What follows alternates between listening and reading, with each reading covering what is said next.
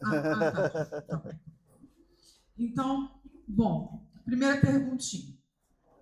De que forma podemos adaptar uma reunião espírita para alguém que possui TDAH com duração mais curta? Programar exposições doutrinárias de 20 a 30 minutos ou preferir utilizar metodologias ativas de aprendizagem em roda? Acho que a resposta já está na própria pergunta, né? Porque, assim, não existe uma receita de bolo. O que a gente tem é entender como funciona o TDAH. Então, o TDAH, a pessoa tem uma disfunção de funções executivas. Ela tem uma alteração na eficiência da organização, da capacidade de tempo de manter a concentração. Então, se é monótono, se é muito prolongado e se é desinteressante, a pessoa tem dificuldade de manter a atenção. Tá? Isso é para todo mundo. Mas quem tem TDAH tem mais dificuldade ainda. Às vezes a gente está num lugar que é chato, mas que a gente diz assim, eu sou obrigado a ficar. E a gente faz um esforço para ficar. A pessoa que tem TDAH, ela vai se esforçar muito, mas mesmo se esforçando muito, para ela vai ser muito mais difícil. Pode ser que ela não consiga. Então a gente tem que pegar e avaliar se as nossas reuniões, se elas contemplam diferentes linguagens. Então, normalmente, as nossas reuniões são expositivas. É alguém sentado, a gente falando e alguém ouvindo. Se a pessoa está só ouvindo, ela vai registrar uma porcentagem pequena. Se ela está vendo e ouvindo, ela registra uma porcentagem maior. Se ela está vendo, ouvindo e sentindo, então, assim, é um vídeo, é algo que tem uma textura, é algo que ela possa construir junto, é muito mais. Né? Então, a gente precisa variar as metodologias, variar as estratégias, variar os instrumentos. Como é que a gente vai fazer isso? Sendo. Primeiro, é o desejo. Então, às vezes, a gente pode pegar uma reunião pública, ao invés da pessoa falar 50 minutos, a gente pode fazer um bloco de 20 minutos. 10 minutos a gente parar e ter uma música, um pequeno vídeo que ilustre o tema. Porque aí uma coisa foi falada, outra coisa vai ter um vídeo. Ou uma pequena historinha que conte. Às vezes a pessoa não vai gravar o que foi falado, mas vai lembrar da história. Tem uma outra conotação. E aí depois tem mais 20 minutos. Isso significa que, então a gente agora vai ter palestras curtas, reuniões curtas. Não. A gente pode quebrar em blocos, ao invés de ser um único bloco contínuo. A gente pode ter uma reunião, que seja uma reunião pública tradicional, as pessoas vêm, ficam lá, as pessoas falam 40 minutos, prece, passa, todo mundo vai para casa. E a gente pode ter um horário de uma reunião que seja estudo de grupo.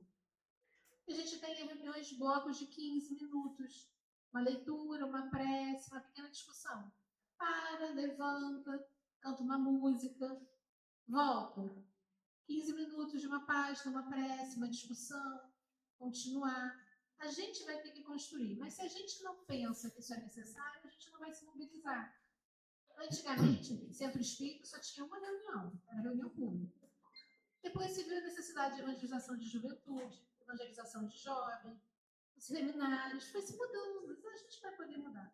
Agora a gente pode usar todas as estratégias, a gente deve usar tudo que está ao nosso alcance. Porque tem um que só vai ser com metodologia ativa, tem um que só vai ser no tempo curto, tem um que só vai ser por confeccionando alguma coisa ali, e outro que só vai ser se ele estiver envolvido com planejamento e organização, e a gente vai descobrir.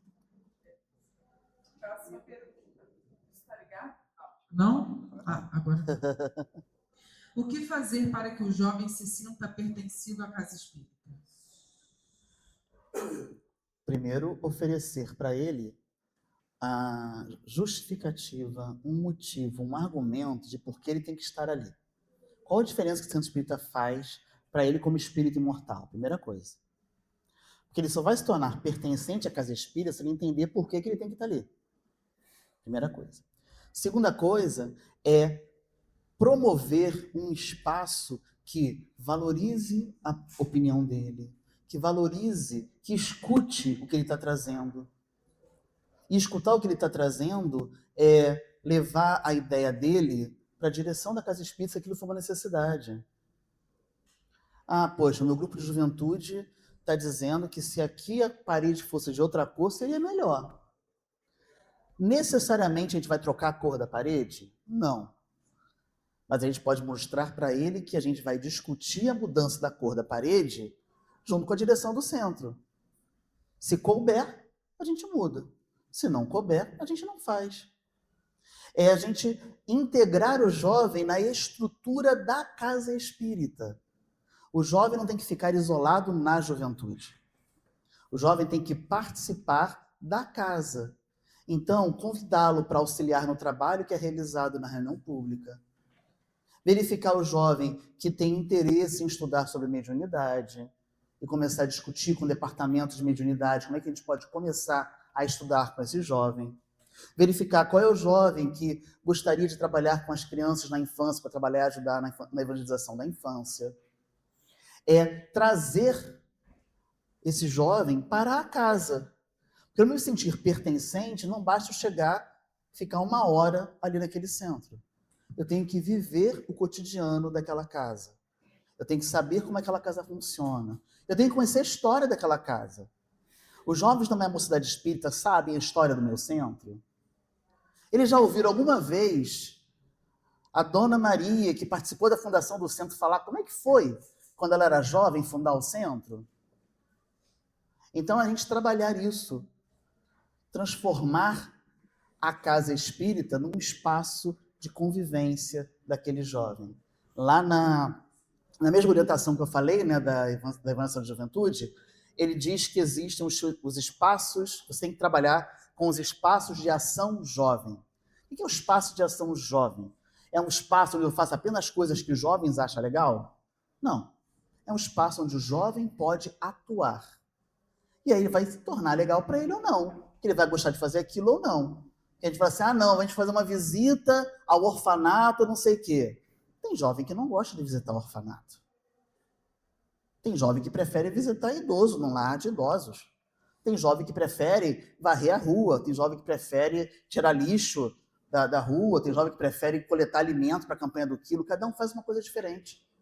Assim como cada um vai gostar de estudar de uma forma diferente. E aí, só juntando as coisas, né, uma coisa importante é você pensar sempre em multilinguagens. Eu posso, com o mesmo grupo, fazer a cada semana uma linguagem diferente. Porque aí eu vou conseguir atender a todos. Não tem como eu fazer apenas metodologia ativa, apenas trabalhar com vídeo, apenas... Não. Mas a cada semana eu faço uma coisa diferente. E envolvo o grupo nessa proposta. O que vocês querem que eu faça na próxima semana? E aí você vai mudando junto com eles o trabalho. E tiveram várias perguntas semelhantes. Já contemplou aqui umas 3, essa sua resposta. É possível alguém autista com TDAH ou outro participar de uma reunião mediúnica? Olha, a gente tem muito essa questão, às vezes as pessoas perguntam, quem tem um problema de saúde mental pode trabalhar mediunicamente, né? E aí a gente vai ver, tudo depende de como a pessoa está em termos de organização do pensamento, em termos de saúde física, de saúde mental. Então, assim, TDAH, eu tenho TDAH e coordeno uma reunião mediúnica. Eu trabalho mediunicamente desde os 15 anos de idade. Se eu não tivesse trabalhado a mediunidade, eu teria muitos mais problemas na minha vida. Né? A educação mediúnica foi uma solução, foi uma bênção na minha vida. Então, por isso que hoje a gente se preocupa tanto de estar organizando uma educação mediúnica que seja acolhedora para o jovem. Né?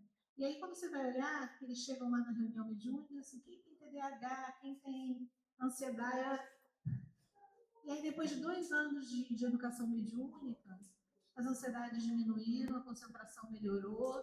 Tá? Então, assim, a gente tem que entender que os diagnósticos, eles são situações, eles não são definidores das pessoas. Esse é o primeiro ponto.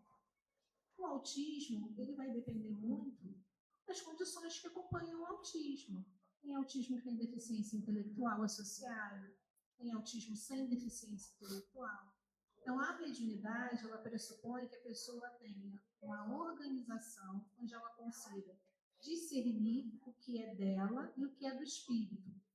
Ela consiga ter uma lucidez para organizar o pensamento dela, para ela saber o que é dela e o que é de fora. Esse é o principal trabalho que se faz na educação da mediunidade. A pessoa tem uma intuição, isso é meu, isso é do espírito. Eu quero dizer uma coisa, isso sou eu, é o espírito. Isso é a dúvida de todo jovem iniciante e de todo jovem, de todo médium iniciante, de todo médium ao longo do trabalho, né? Então, assim, tudo vai depender da maturidade e do grau de discernimento que a pessoa tem. A pessoa pode ser autista e está apta a participar. A pessoa tem TDAH é menos complexo ainda, né? Porque o TDAH não tem deficiência intelectual associada, o autismo pode ou não ter, o TDAH não tem. A pessoa pode estar, por exemplo, assim, se a pessoa tem um problema psiquiátrico, imagina, né? Se a pessoa já teve uma história de psicose, de ter alucinações, isso pode prejudicar muito, porque ela pode entrar num processo mediúnico e isso fazer voltar a ter sensações que de repente não tinha antes. E a gente não vai saber, isso é uma questão mediúnica ou isso é um processo orgânico? Então, cada caso, se a pessoa tem uma hipertensão que está descontrolada, toda vez que a pessoa vai... Isso é um trabalho científico, tá? A pessoa vai dar uma comunicação mediúnica, existe aumento da frequência cardíaca e aumento leve da pressão. E aumento leve da glicose. Tá? Não é que a pessoa fica... Mas é um aumento leve, do médio. Tem aumento da glicose, aumento da frequência cardíaca, aumento da pressão. Se a pessoa tem uma hipertensão descontrolada, ela vai trabalhar mediunicamente. Então, a gente tem que assim, entender que a gente tem que estar equilibrado, organicamente, o mais equilibrado possível, emocionalmente e mentalmente, para poder estar. Mas se a gente também for esperar a perfeição, a gente não vai estar nunca. Então, é isso. Não existe receita de bolo. Existe você parar, sentar e analisar aquele caso. Casos mais graves, esquizofrenia, mais complexo. Pessoas que têm psicoses, transtornos de saúde mental que não estão estabilizados, são graves. Então, esses são casos em que a gente, assim, eu vou dizer, não recomendaria. Não quer dizer que nunca ninguém nesse caso vai poder.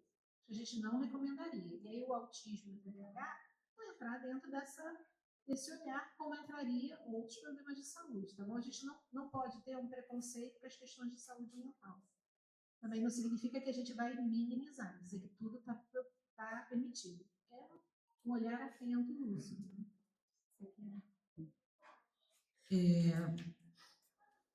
Eu vou juntar três perguntas em uma aqui. Que é, no contexto da casa espírita, né? Como lidar com um jovem que seja bipolar, um pré-adolescente que não quer conversar e fica no celular o tempo inteiro? Como lidar com essa... E aí? Perguntinha boa. Vamos por partes, né? Peraí, bipolar Vamos por também. partes. Vamos começar pelo celular, que é mais tranquilo. Tá, celular. Lá no centro, né? No meu centro espírita, lá no Caminho da Felicidade, a gente tem a caixa do celular. Então, a gente, quando começa a mocidade, quando começa a evangelização, que é junto, né? Infância e juventude é junto, quando acabou a prece, tem prece, eles tomam o passe, acabou o passe, agora vem a caixa do celular. Eles mesmos agora já passam a caixa do celular. Então, porque você tem os jovens que, né, se sentem responsáveis pelo trabalho porque são mais velhos, né? Então, eles mesmos pegam a caixa do celular e passam para os mais novos colocarem o celular, né? Então, a caixa do celular, né, o celular fica guardado na caixa até o final da atividade, né? A não ser que você vá utilizar o celular durante a atividade, porque às vezes você pode planejar uma atividade que você usa o celular, você pode utilizar a caixa do celular, tá? Então, mas eu vou sofrer, eu vou morrer. Não vai. Não é uma hora de estudo que você vai morrer por causa do celular, tá? Mas a minha avó está doente em casa, eu preciso ter... ok. Se a sua avó não tiver o meu contato, aquela avó pode ter o meu contato, então se precisar, ela liga para mim. Eu te falo, eu te chamo. Se ela não tiver, ok. Seu celular vai ficar aqui, ó, em cima da mesa, E se tocar, se chegar uma coisa aí, você acessa o celular. Mas a gente lá no centro faz isso, é a caixa do celular. Então, quando começa, e aí quando algum não toca, sempre tem um deles que dedura, né? Tio, a fulana não botou o celular na caixa. E aí, beleza, a caixa vai até lá, ela coloca o celular na caixa, e a caixa fica... não, a nossa caixa é transparente. Porque assim, porque existia um medo, o que vai acontecer com o celular? Não, olha só. Ele não vai sofrer, ele vai ficar deitadinho ali naquela caixa, você consegue olhar do lado de fora, né? O celular está na caixa do celular. Então, lá no centro, a gente faz assim. O Jonathan Haidt, lá no livro, né, A Geração Ansiosa, ele sugere que você faça isso. Que uma das ações educativas da família em relação ao uso do celular é justamente você retirar o celular do uso continuado. Eu não preciso estar em casa com o celular o tempo inteiro na mão. Eu posso estar na caixa do celular da casa também, né?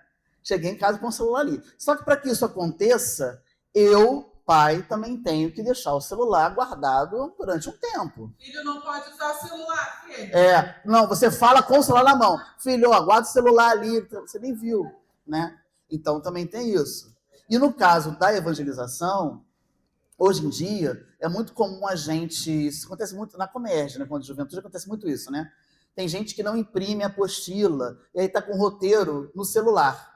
Eu vou dar um estudo e estou com o roteiro no celular. Então, eu tenho que dizer para eles por que eu estou com o celular naquela hora. Porque se o celular dele está na caixa, por que o meu está comigo? Porque eu estou usando na atividade. E se eu não for utilizar na atividade, eu não vou utilizar o celular. Isso é uma das características da geração atual, né? Exigir coerência. Exatamente. Né? Até porque deveria ser assim sempre, né? Então, sobre o celular, tranquilo. A pessoa com transtorno bipolar é um transtorno de saúde mental, como um outro qualquer. Tem vários tipos diferentes de transtorno bipolar. Tem pessoas que têm mais depressão, pessoas que têm mais episódios maníacos. Assim, o transtorno bipolar não é a pessoa que muda de humor toda hora. Então, existe também essa questão, né? A pessoa é bipolar. Por quê? Porque hoje está de mau humor, amanhã está de bom humor. Isso não é ser bipolar. Isso é ser de lua. Né? Tem gente que é de lua. Tem gente que muda a lua, muda o comportamento. O transtorno bipolar de verdade é um transtorno de saúde mental. O indivíduo tem momentos, períodos de depressão, períodos assim que passam dias, semanas, até meses, ou períodos em fase maníaca, a pessoa fica mais alerta, mais produtiva, tudo funciona, a pessoa não consegue dormir, a pessoa está o tempo todo produzindo e fazendo coisas. É uma fase também que prolongada. Tem uma fase chamada de hipomania, que é uma coisa assim, mais uma atividade cerebral mais funcionante, mas que não chama tanta atenção, porque na mania de verdade, a pessoa se coloca mais em risco, a pessoa dirige mais rápido, a pessoa gasta mais dinheiro, compra mais coisa, né? Então, são quadros muito bem delimitados. Se isso está identificado, o que você precisa é tratar a pessoa. Então, encaminhar a pessoa para um tratamento psiquiátrico específico, tá? Então, a pessoa vai tratar, à medida que ela... e fazer terapia, né? Tem terapias específicas para a pessoa com transtorno bipolar. A pessoa, tomando a medicação corretamente, fazendo a terapia, ela vai melhorar.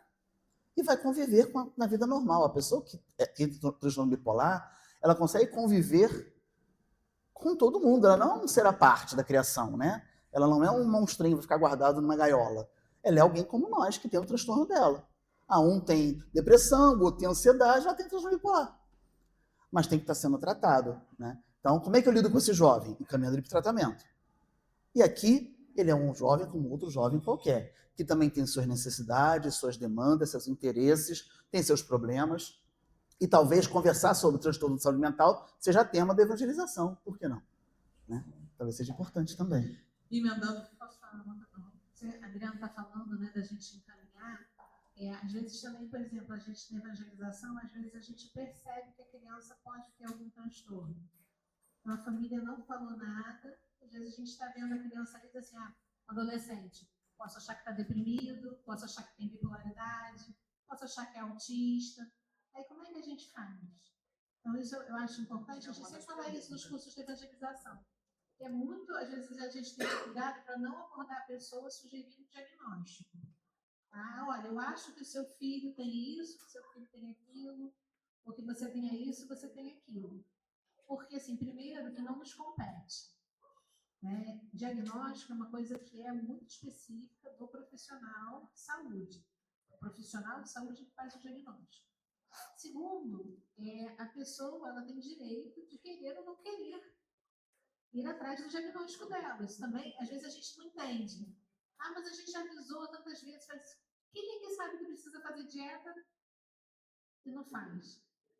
Quem é que sabe que precisa de atividade e não faz? A gente sabe de muitas coisas, nem sempre a gente põe em prática. Mas também a gente tem que ter esse olhar de não julgar. De não julgar a família, não julgar o outro. Mas a gente pode chegar sutilmente e dizer assim, olha, eu tenho visto ele um pouco agitado na evangelização, ou ela. Ele está assim também em casa, na escola falam sobre isso. Talvez valha a pena você conversar com o médico da sua confiança, médico pediatra, na clínica da família sobre isso. Olha, aqui na evangelização eu tenho notado que ele fica muito distraído. Você acha que em casa ele também é assim? Como é que fazem para ele ficar mais interessado? O que vocês fazem para isso? E às vezes a família tem um diagnóstico, mas a família não quer contar. Às vezes tem vergonha, tem medo, já sofreu preconceito em tantos lugares. Às vezes não quer contar. Então, a gente abre ali um espaço de diálogo. E se a família contar, não, olha só, tem esse diagnóstico assim. A gente também não pode sair contando para todo mundo. Porque o diagnóstico ele é uma coisa que pertence ao indivíduo. Ele é uma coisa privada. Se a pessoa nos conta, por conta da nossa tarefa na casa espírita, porque a gente é o evangelizador, porque a gente é o atendimento fraterno, o atendente fraterno, porque a gente é aquela pessoa que vai levar o nome para um tratamento. Essa informação ela é sigilosa. Ela precisa ser utilizada apenas para a finalidade que a pessoa nos autorizou. Então, se a coordenação da evangelização sabe, ela não pode ser por aí contando. Ela vai chegar para aquela pessoa, de repente é o evangelizador que fica com aquela criança, vai explicar, vai pedir sigilo, porque, assim, é muito desrespeitoso, às vezes, a gente vê a maneira como as particularidades de cada um é tratado. A pessoa está com um problema na família, daqui a pouco todo mundo sabe qual é o problema que a pessoa está na família dentro do centro. E isso afasta a pessoa. Então, assim, precisa ter uma delicadeza muito grande quando a gente está falando de diagnósticos. Né? O adolescente que tem bipolaridade. Ele sabe o que é ser bipolar? Ele entende o que acontece com ele? Às vezes nem ele sabe. Às vezes eu pergunto assim para o paciente, os pais já chegam, ele é autista, ela é autista, você sabe o que é ser autista? Aí ele tem que dizer, você sabe o que é ter TDAH? Eu sou agitado. Não, você tem que explicar para a pessoa, não é isso. É mais do que isso, é diferente de uma agitação comum, é diferente de você ter uma dificuldade de socializar. A pessoa não é... Então, assim, é muito... Assim, precisa ter uma delicadeza nessas abordagens. Vou juntar 3 perguntas aqui, então, numa só, emendando já a levada que você está tendo. Quais são, assim, os sinais que a gente precisa ficar atento para tentar identificar TDAH, autismo e qual profissional a família, então, deve procurar? Olha só, sinais ou recomendar, né? Sinais, primeiro que o autismo, no quadro de autismo, ele começa muito cedo, precocemente. Desde os primeiros anos de vida, você vê comportamentos. Dificuldades na socialização. Então, assim, crianças que têm dificuldade de olhar no olho, de sorrir, de apontar, que brincam isoladas, que têm dificuldade de interagir com outras crianças. Às vezes, a fala pode ser diferente, uma fala mais monótona, movimentos repetitivos, categorização, então separar os brinquedos por cor, por tamanho, enfileirar. Então, nada disso sozinho faz diagnóstico, tá? Então, assim, não é todo mundo que enfileira brinquedo que é autista, não é todo mundo que tem movimento repetitivo que é autista, nem todo mundo que bota a mão no ouvido, nada disso. São sinais de que talvez você precise ter um olhar mais atento, um olhar especializado. E aí a gente vai procurar um profissional de saúde. Então, a gente vai procurar um médico, pediatra ou psicólogo, uma pessoa que seja especialista na infância ou na adolescência, se for já uma adolescente, para que essa pessoa possa ser avaliada. Normalmente é um neurologista, um neuropediatra ou um psiquiatra infantil. O TDAH, ele tem outras características. O TDAH ele tem que ter surgido antes dos 12 anos de idade, é hoje o que a literatura científica coloca. Então, ninguém vai passar a ter TDAH adulto, o autismo também, ninguém passa a ser autista adulto. A pessoa ou tinha esses diagnósticos, eles não foram vistos antes, lá atrás. E tanto o TDAH quanto o autismo, esses comportamentos, eles precisam trazer prejuízo. O TDAH ele pode ser mais hiperativo, mais desatento ou misto. Então, tem pessoas que são muito agitadas, tem pessoas que não são agitadas, só são desatentas, tem pessoas que são as duas coisas. Então, às vezes, as meninas tendem a ser mais desatentas do que hiperativas. Então, às vezes, não chama atenção. É alguém que está indo, aí esquece uma coisa, tem uma nota mais baixa aqui ou ali, fica como uma pessoa distraída, mas às vezes é um déficit, principalmente de atenção. O menino, a maioria dos meninos, quando apresenta, é mais hiperatividade, então eles tendem a ser mais vistos, porque incomoda todo mundo, chama a atenção. Eles acabam sendo mais encaminhados. E aí o profissional é a mesma coisa. E muito cuidado para não ficar fazendo diagnóstico por lista de internet. Mas, os vídeos, isso é pesquisa científica também. Mais de 70% dos vídeos sobre TDAH na internet, no TikTok, são erros. Tá? E de autismo, mais de 50%. Então, se eu estou assistindo um vídeo para me informar sobre isso no TikTok, tem mais chance de eu receber informação errada do que correta. Então, aí as pessoas começam a ver e dizem assim, sou TDAH, tem isso. Então, se eu perguntar assim, quem aqui se distrai? Quem aqui esquece alguma coisa? Quem aqui está com dificuldade de ver um programa, um filme longo? Gente, todo mundo vai ter isso. Então, a gente precisa ter cuidado para que a gente não fique se autodiagnosticando. Então, sempre procurar um profissional. Vou emendar, então, com uma pergunta aqui, já que, falando sobre o Dr. Google, essas listas de internet, né, o nosso amado Dr. Google. Isso é um trabalho. Nossa Senhora. Já que nós não somos nós, óbvio que vamos ter a capacidade, né, clínica de identificar o frequentador, quem está chegando à casa espírita, se tem alguma neurodivergência ou não.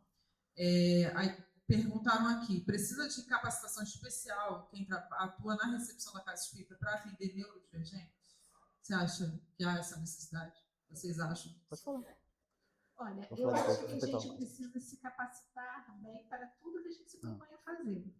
E a gente vai recepcionar todos os tipos de pessoas. Eu preciso me capacitar para receber o enlutado. Eu preciso me capacitar para receber alguém que está pensando em suicídio. Libras, né? Pelo menos assim, o oi, né? O boa noite. Então, assim, eu preciso, se eu trabalho na recepção, eu tenho que pensar assim, eu preciso aprender a acolher,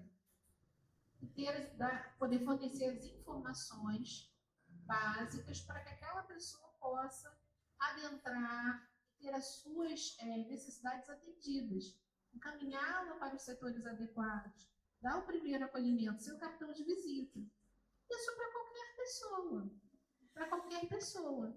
Então, assim, a neurodivergência entra nessa lista. É óbvio que se eu souber, né, se chega a pessoa, o autista, se a pessoa tem dificuldade de olhar mais no olho, às vezes eu olho e desvia.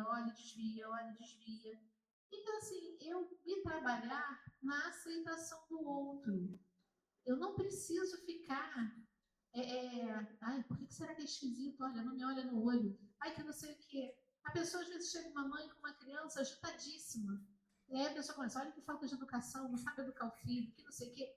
Gente, a gente não sabe o que a pessoa passa. Outro dia eu vi uma mãe falando, assim, ela dando depoimento, que o filho tem crises, né, de desregulação. Então, quando a criança se joga no chão na rua, as pessoas riem, as pessoas filmam. Ninguém pergunta se quer uma ajuda. Assim, as pessoas começam a filmar. Então, isso é uma violência. Então, a gente precisa, para estar na recepção da casa espírita, se capacitar para acolher as pessoas. E as pessoas são todas. Sim, só uma coisinha, né? Assim, pensando na questão da evangelização,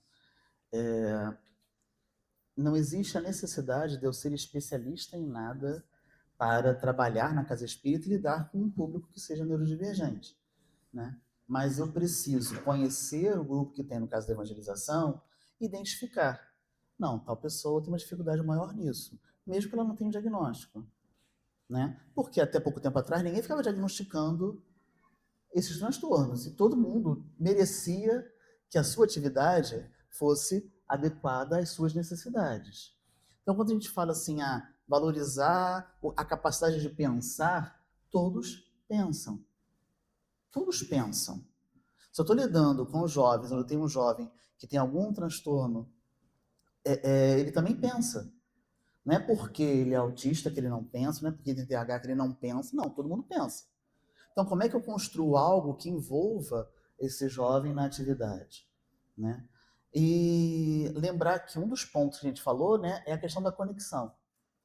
Então, é trabalhar o grupo, no caso da evangelização, para que esse grupo consiga construir a conexão necessária com aquele que necessita de maior cuidado, maior acolhimento, né? Porque um dos grandes problemas do autista, por exemplo, é a questão do bullying.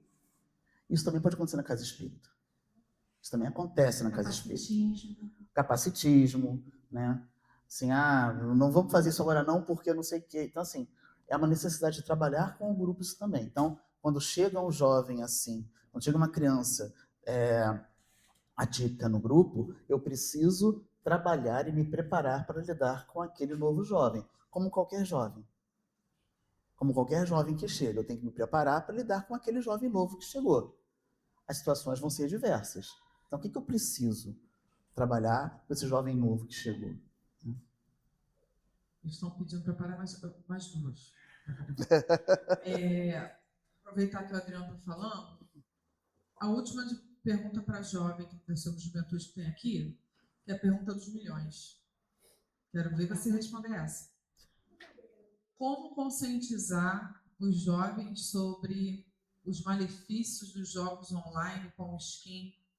Resumindo, é isso a pergunta. Seria isso. Conscientizar é uma coisa muito interessante, né? Como conscientizar é um objetivo importante de aprendizagem. Estou juntando duas perguntas em uma, então. Tá. Usei a palavra, uma está como abordar, a outra está conscientizar. Na verdade, o que você tem que fazer é estudar junto, né? Então, os malefícios, eles existem porque o jogo é ruim, né? É um malefício porque utilizar aquilo é ruim. Então é necessário estudar junto com ele. O que é o ruim naquela situação específica? O ruim é porque ele usa o jogo, porque ele joga, ou o ruim é porque ele passa a madrugada inteira jogando? E toda madrugada ele está jogando. O que é o ruim? Qual é o malefício? O malefício é o jogo em si ou é a utilização que faz daquilo, né? E estudar junto, mostrar junto, argumentar junto, pegar a letra, levar um artigo científico sobre jogos e educação. A gente já fez isso no centro, a gente pegou um artigo científico sobre isso e levou para ler com eles. É óbvio que a gente vai traduzir as palavras que forem específicas, levar um dicionário e ler junto, né? Mas é ler junto, mostrar, olha, isso aqui existe. Isso aqui não é apenas da minha cabeça, né? E é muito bom a evangelização fazer isso, porque se o pai faz, às vezes é porque o pai está falando, né? E o pai sempre é chato. O pai sempre quer atrapalhar a minha vida. Mas aí quando eu cheguei no centro, eu descobri primeiro que o evangelizador também sabe sobre isso. E olha, os outros jovens aqui também vivem a mesma coisa. E aí você vai e lê junto, e discute junto, e mostra junto. Tem vários vídeos falando sobre isso. Tem vários TEDs, né, que são vídeos curtos, que falam sobre isso, né? E sobre a questão do jogo, não é uma coisa apenas do jovem lá na juventude, também é do adulto jovem. A geração Z chegou a 25, 26 anos.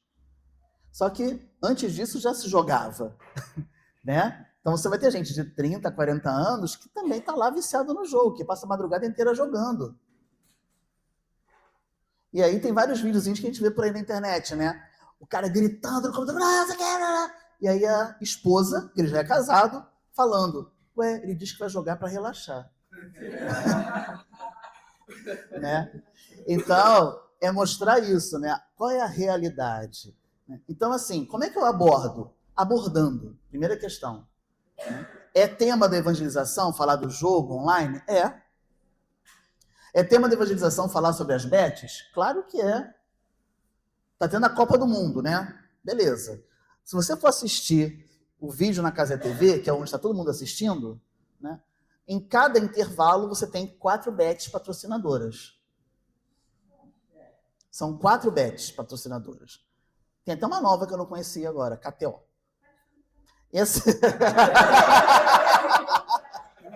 Então, olha só. E aí você muda, né? A gente está assistindo ali.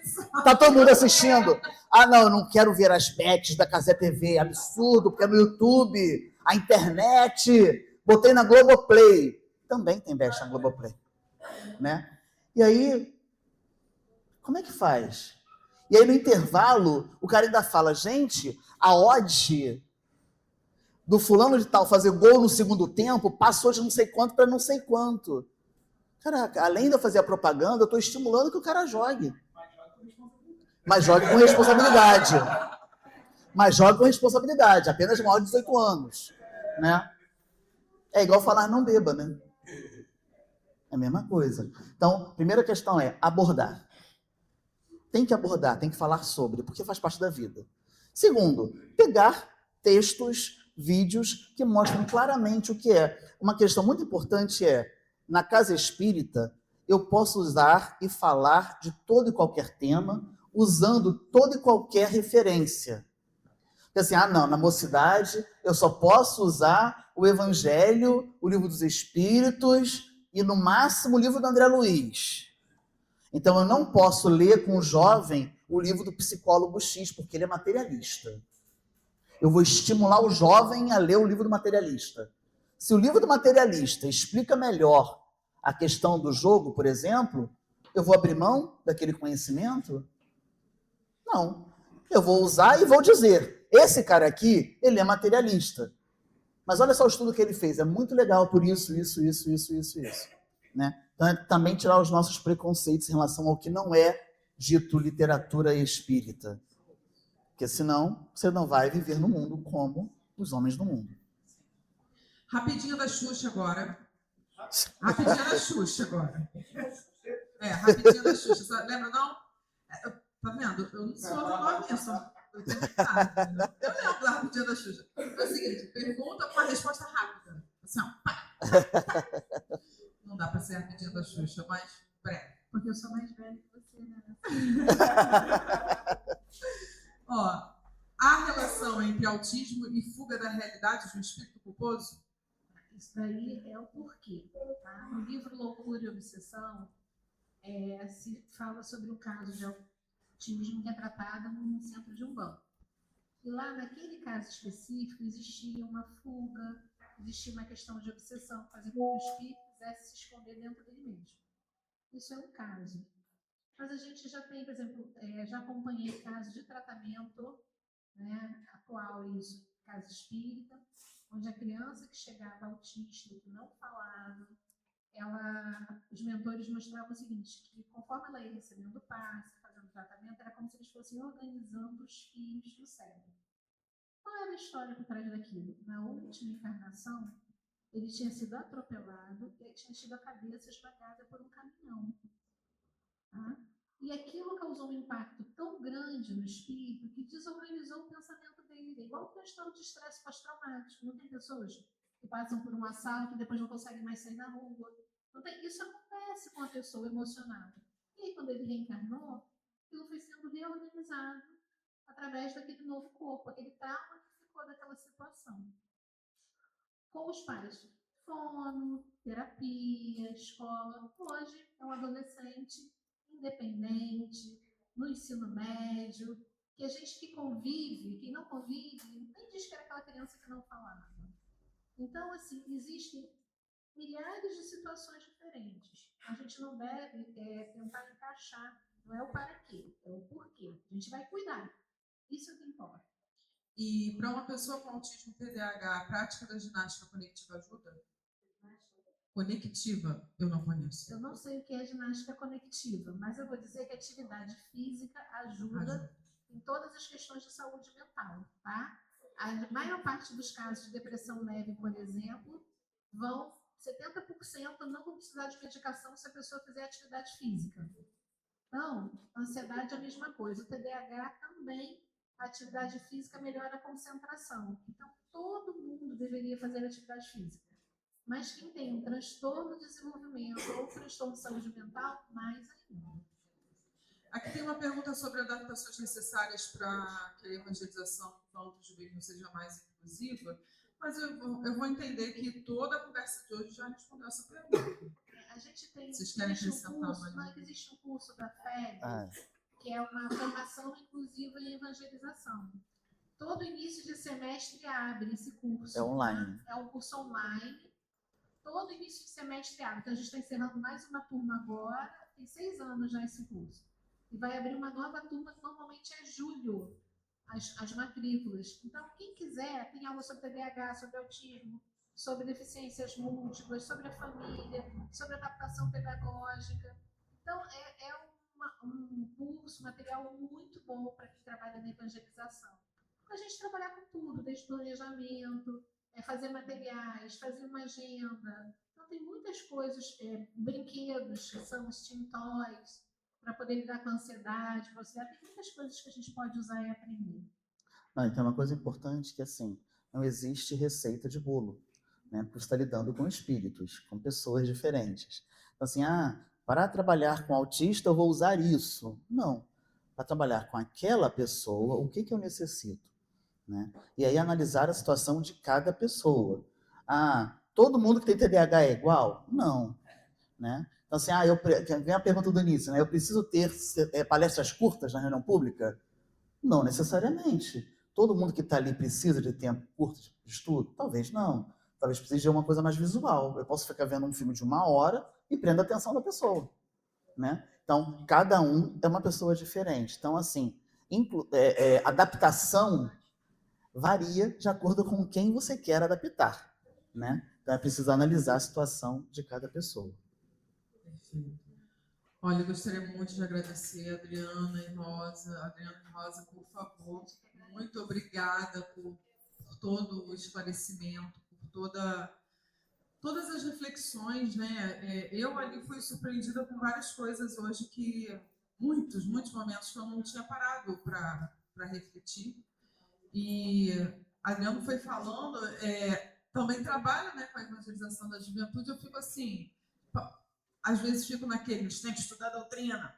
Meu Deus, não é isso, eles precisam algo do dia a dia e vamos conversar. A gente fica às vezes é importante lembrar que lado ir. É importante lembrar que, assim, que doutrina espírita é vida, né? Há muitos anos atrás, numa atividade, um encontro de jovens, eu dei um estudo com Marcelo Manga, né? Então a gente trabalhou uma atividade no centro de interesse, e aí, no final daquele estudo, a jovenzinha da frente falou assim: tá, e como é que isso é na vida real? Aí a gente se olhou, vamos começar de novo. Né? Porque tem que ser na vida real. Se não deu para perceber isso, não foi legal. Temos que fazer de novo. Então, muito obrigada. Muito obrigada. Te agradeço muito. Porque nós... Obrigado. Nayara é a menina da foto. Ela fala, obrigada.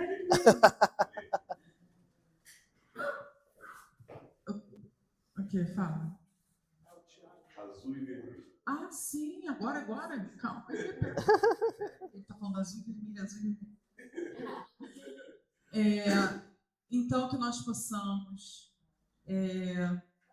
sair desse dia de hoje, desse encontro de tarefeiros, reafirmando cada vez mais a nossa intenção, nossa necessidade de nos conectarmos uns com os outros. Acho que o tema desse ano fala muito sobre isso, essa conexão. Né? A questão do pertencimento, de nós nos sentirmos pertencentes a um grupo, né? A Casa Espírita não é 4 paredes, né? Somos nós, somos o grupo de pessoas que estamos ali, que estamos ali umas ajudando uns aos outros, né? Nos apoiando, nos conhecendo a si mesmo. E aí, essa coletividade, né, que se forma, que se cria, para a gente se sentir pertencido, a gente primeiro tem que desejar se abrir. E também precisamos para interagir com o outro, querer nos conectar com ele, né? Então, é um dos motivos da gente ter pensado nos laços ali na entrada, os laços, criar laços, né? Pertencimento, vínculo é criar laços. Então, nós precisamos nos deixar, ficarmos abertos, né? A essa criação desse vínculo. E também buscar o contato com o outro. E aí precisa do que o Adriano falou muito, né? Desse encontro no tete-a-tete, né? O corpo a corpo, que não substitui de forma alguma, né? Os encontros que a gente faz virtuais. A gente precisa desse momento aqui, ó, olhar nos olhos, né? Sentir o outro, que às vezes a gente não consegue captar, né? No WhatsApp o que está se passando realmente com o outro, né? E a gente precisa estreitar esses laços, seja em relação à juventude, seja com famílias atípicas, a casa espírita como um todo, o movimento espírita como um todo, porque senão realmente não há sentido, né? Perde-se o sentido da vida, do que nós estamos fazendo na casa espírita, o que fazemos da doutrina em nossas vidas, né? Então, que hoje nós possamos ir embora com essa vontade aumentada de se conectar com outros, de estarmos juntos, né? Nos estreitarmos, beleza? Eu, todo mundo que trabalhou aqui hoje, todos os trabalhadores da nossa casa, os trabalhadores do Sétimo Céu, e a todas as casas que estiveram presentes aqui também. Bom, nesse momento, vamos nos acalmar, fechar os nossos olhos, elevar o nosso pensamento ao nosso Mestre Jesus. Agradecer pelo domingo maravilhoso que tivemos, agradecer por essa manhã e tarde harmoniosa que tivemos com a presença de toda a espiritualidade dessa casa. Que possamos sair daqui, como os nossos amigos falaram, com a mente um pouco mais aberta, ampliando o nosso olhar, respeitando os amigos, respeitando os familiares e aquelas pessoas que estão ao nosso redor. Possamos ter um carinho maior com as pessoas, possamos acolher essas pessoas, não só na casa espírita, mas no nosso trabalho, na nossa família, no nosso dia a dia. Obrigado de novo a todos, que assim seja, graças a Deus.